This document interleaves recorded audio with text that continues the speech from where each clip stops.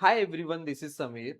अभी अभी आप सभी स्टूडेंट्स के लिए एक बहुत ही इंपॉर्टेंट अपडेट आई हुई है। आप सभी स्टूडेंट्स के लिए एक बहुत ही इंपॉर्टेंट न्यूज है।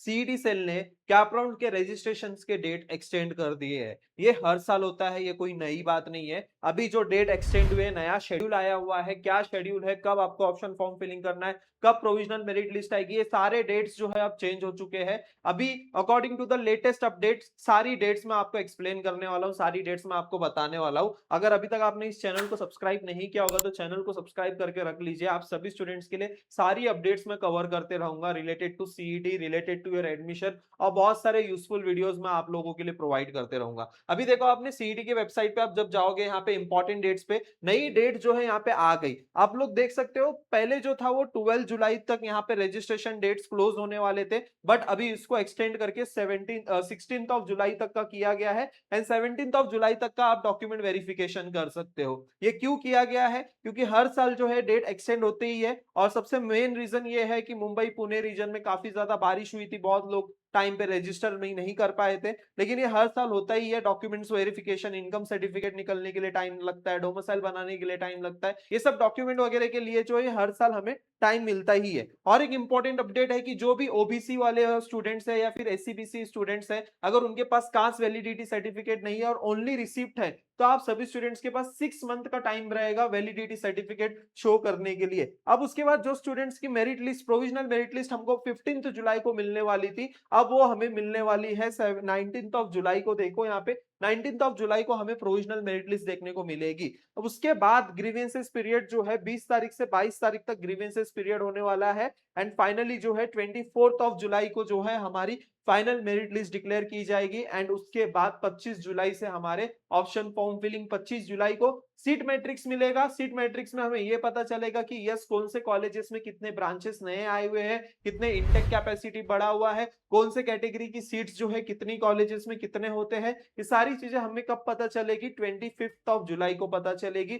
कौन सा कॉलेज कैप राउंड में है, कौन सा कॉलेज कैप राउंड में नहीं है, ये सब कुछ इंफॉर्मेशन हम लोग को सीट मैट्रिक्स में पता चलेगी, जो कि हमें मिलने वाला है 25 ऑफ जुलाई। उसके बाद जो है हम लोगों का ऑप्शन फॉर्म फिलिंग चालू होगा। 3 दिन का हमें टाइम मिलेगा, 3 दिन में हमें ऑप्शन फॉर्म फिलिंग करना होता है। तो ये नया शेड्यूल है आप सभी स्टूडेंट्स के लिए, मैंने बता दिया। जिसने भी अभी तक का फॉर्म सबमिट नहीं किया है स्टूडेंट, जल्द से जल्द सबमिट कर लीजिए फॉर्म। एंड यस, जो स्टूडेंट काउंसलिंग के लिए इंटरेस्टेड है वो स्टूडेंट्स काउंसलिंग में पार्टिसिपेट कर सकते हैं। हमारे दोनों बैचेस यहाँ पे लाइव है। एक बार अगर आप काउंसलिंग में आ जाते हो तो आपको कोई भी टेंशन लेने की जरूरत नहीं होती है। सारी चीजें हम लोग प्रोवाइड करते हैं, सारी चीजें, सारी नोटिस, सब कुछ हम लोग आपको टाइम टू टाइम बताते हैं। इसमें कोई भी काउंसलिंग के प्रोसेस में कुछ भी स्टेप्स अगर छूट जाता है, फॉर एग्जांपल अभी सबसे इंपॉर्टेंट स्टेप स्टार्ट होने जा रहा है ऑप्शन फॉर्म फिलिंग। वहां पे आपको पूरी पर्सनलाइज कॉलेज की लिस्ट हम लोग बनाकर दे रहे हैं। जैसे यहाँ पे आप देख सकते हो, हम लोगों का लिस्ट मेकिंग का प्रोसेस भी शुरू हो चुका है। स्टूडेंट्स को हम लोग ने गूगल फॉर्म भी शेयर कर दिया है, और लिस्ट मेकिंग का प्रोसेस भी हम लोगों का शुरू हुआ है। ऐसे पूरा जो है डिटेल में हम लोग एक आपको पर्सनलाइज कॉलेज की लिस्ट देते हैं, और इसमें आपको 100% कैप राउंड 1 में ही अलॉटमेंट मिलता है स्टूडेंट।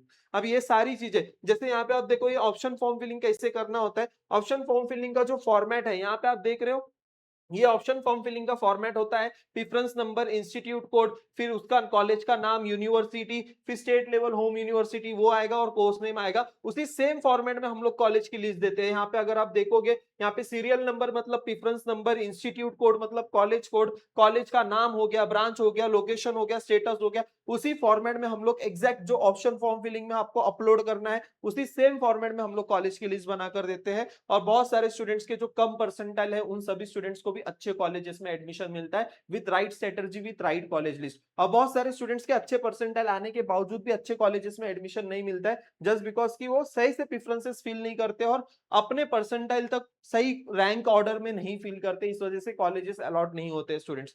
सब लोग लॉग इन करके आप लोगों को चेक करना है, your application form is verified, ऐसे ग्रीन में मार्क आना चाहिए सभी लोगों का, ठीक है। ऐसा सब लोगों का आ रहा है, इट्स मींस कि आपका फॉर्म कंप्लीट हो गया है। एंड जिनका भी जो भी स्टूडेंट्स ने ई स्क्रूटिनी के लिए अप्लाई किया था, आप लोगों को टेंशन नहीं लेना है। आपका लेट होगा वेरीफाई, लेकिन हो जाएगा आपका फॉर्म वेरीफाई। आपको थोड़ा सा पेशेंस रखना है, लास्ट मोमेंट में वेरिफिकेशन हो जाएगा, ठीक है। और जिनका भी जो है पी स्क्रूटिनी के लिए, देखो यहाँ पे, अगर किसी ने पी स्क्रूटिनी के लिए फॉर्म फिल किया और ई स्क्रूटिनी वेरीफाइड सून अगर आ रहा है, तो टेंशन लेने की जरूरत नहीं है। अगर आपने 5 तारीख को भरा है, 4 तारीख को भरा है, अभी तक फॉर्म नहीं सबमिट हुआ है भैया, हो जाएगा सबमिट। आपने अभी अपना काम कर दिया है ना, तो सीईटी से लिए काम अपना 100% करेगी करेगी। ठीक है, ओके। मैंने आपको बता दिया है, देखो यहाँ पे तीन चीज की रिसिप्ट चलती है, एनसीएल, कास्ट वैलिडिटी और ईडब्ल्यूएस। अब कास्ट वैलिडिटी अगर कोई सपोज की ओबीसी वाला स्टूडेंट है या फिर एससीबीसी वाला स्टूडेंट है, इसके लिए जो है, इन दोनों कैटेगरी स्टूडेंट्स के लिए जो है 6 मंथ का एक्सटेंशन का टाइम मिला हुआ है। ये चीज आप ध्यान रखो, इसका नया जीआर भी आया हुआ है SCBC and OBC category students के लिए। ओके, आई होप सारी चीजें क्लियर हो गई है। अभी यहाँ से हमें फुल एक्टिव रहना है, कैसे पार्टिसिपेट करना है, सीट एक्सेप्टेंस का प्रोसेस कैसे होता है, इन सब के ऊपर वीडियोस आने वाले हैं। कौन से स्टूडेंट्स को कौन कौन से ब्रांचेस के लिए अप्लाई करना चाहिए, 80% आले तो ईएनटीसी ईएनसीएस इंक्लूड करना चाहिए नहीं करना चाहिए, क्या ब्रांच मिल सकती है, ये बहुत सारे वीडियोस मैं आपके लिए लेकर आने वाला हूँ। कॉलेज लिस्ट के ऊपर वीडियोस लेकर आने वाला हूँ। मेक श्योर करना कि आपने इस चैनल को भी सब्सक्राइब करके रखा है। यस, और अगर आपको अभी तक नहीं पता चला है कि आपको कौन कौन से कॉलेजेस मिल सकते हैं, आप लोग हमारा नेविगेटर टूल यूज कर सकते हो। वहां पे आप सभी स्टूडेंट्स को पता चल जाएगा कि आपके मार्क्स पे, आपके परसेंटाइल पे कौन कौन से कॉलेजेस अवेलेबल है। ओके, ये सारे डॉक्यूमेंट्स की लिस्ट है, ये सारी चीजें आप लोग कर लेना। And yes, option form filling अभी बहुत जल्दी शुरू भी होने वाली है। इन सब के लिए अभी हमें प्रिपेयर्ड रहना है, वेल प्रिपेयर्ड रहना है। ओके, अभी और कुछ भी अगर आपके डाउट्स है, नीचे मुझे कमेंट सेक्शन में पूछ सकते हो। एंड यस, जो स्टूडेंट इंटरेस्टेड है काउंसलिंग बैचेस के लिए, अब बहुत लिमिटेड सीट्स बची हुई है। जो स्टूडेंट जेन्युइनली इंटरेस्टेड है, जल्द से जल्द एनरोल कर लीजिए बैचेस में, नीचे डिस्क्रिप्शन में सारी डिटेल्स दी गई है। ओके, ठीक है, चलो नेक्स्ट वीडियो में मिलते हैं, तब तक के लिए थैंक यू सो मच।